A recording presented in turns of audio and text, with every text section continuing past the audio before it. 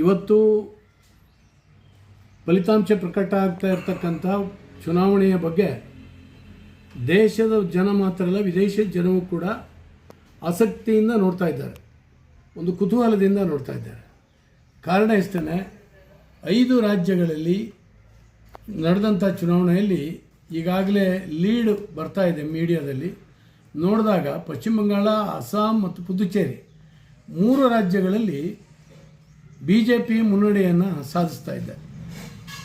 ಕಾರಣ ಇಷ್ಟೇ, ಈಶಾನ್ಯ ರಾಜ್ಯಗಳು ನಮಗೆಲ್ಲ ಗೊತ್ತಿದೆ, 7 ರಾಜ್ಯಗಳು 7 ಸಿಸ್ಟರ್ಸ್ ಸ್ಟೇಟ್ ಅಂತೇಳಿ ಹೇಳ್ತಾರೆ. ಅದಕ್ಕೆ ಇಡೀ ಅಭಿವೃದ್ಧಿಯನ್ನೇ ಮಾಡ್ದೇನೆ ಕಾಂಗ್ರೆಸ್ಸು ಮತ್ತು ಬೇರೆ ಬೇರೆ ಪಕ್ಷಗಳು ಆಡಳಿತ ನಡೆಸಿ ಹಾಳು ಮಾಡಿಟ್ಟಿದ್ರು. ಬಹುಶಃ ಈಶಾನ್ಯ ರಾಜ್ಯಗಳು ನಮ್ಮ ದೇಶವನ್ನು ಕೈಬಿಟ್ಟು ಬಿಡ್ತಾವೆ, ಹೊರಗೋಗ್ತಾವೆ ಅನ್ನುವಂಥ ಒಂದು ಭಯಾನಕ ವಾತಾವರಣ ಕೂಡ ಸೃಷ್ಟಿಯಾಗಿತ್ತು.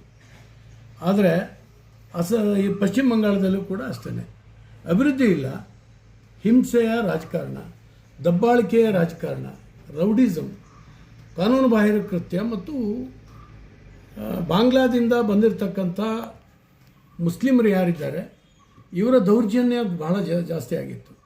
ಬಾಂಗ್ಲಾದಿಂದ ಬಂದಂಥವರಿಗೆ ID ಕಾರ್ಡ್ಗಳನ್ನು ಮಾಡಿಕೊಡುವಂಥ ಒಂದು ದೊಡ್ಡ ರ್ಯಾಕೆಟ್ ಪಶ್ಚಿಮ ಬಂಗಾಳದಲ್ಲಿತ್ತು ಮತ್ತು ಪಶ್ಚಿಮ ಬಂಗಾಳ ಸರ್ಕಾರ ಅದಕ್ಕೆ ಸಹಕಾರ ಕೊಡ್ತಾ ಇತ್ತು.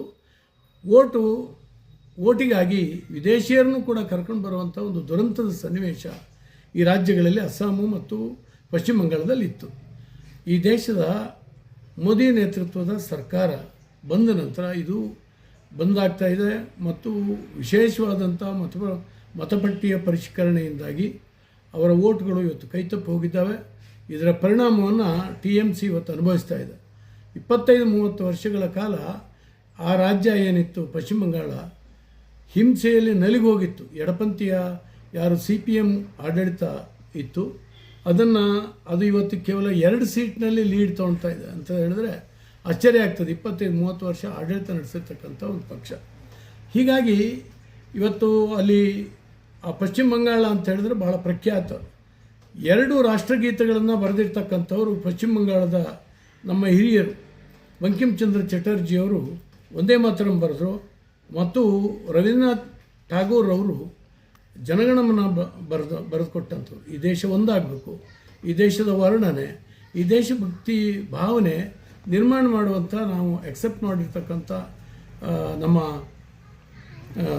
ರಾಷ್ಟ್ರಗೀತೆಗಳನ್ನು ರಚನೆ ಮಾಡಿರ್ತಕ್ಕಂಥವ್ರು ರಾಮಕೃಷ್ಣ ಪರಮಹಂಸರು, ವಿವೇಕಾನಂದರು, ಈ ಜಗತ್ತಿಗೆ ನಮ್ಮ ಮೌಲ್ಯಗಳನ್ನು ಬೀರಿರ್ತಕ್ಕಂಥವ್ರು, ಹಿಂದೂ ಸಂಸ್ಕೃತಿಯನ್ನು ಹಿರಿಮೆಯನ್ನು ಪ್ರಚಾರ ಮಾಡಿರ್ತಕ್ಕಂಥ ವ್ಯಕ್ತಿತ್ವಗಳು ಆ ಮಣ್ಣಿನಲ್ಲಿ ಹುಟ್ಟಿದಂಥವ್ರು.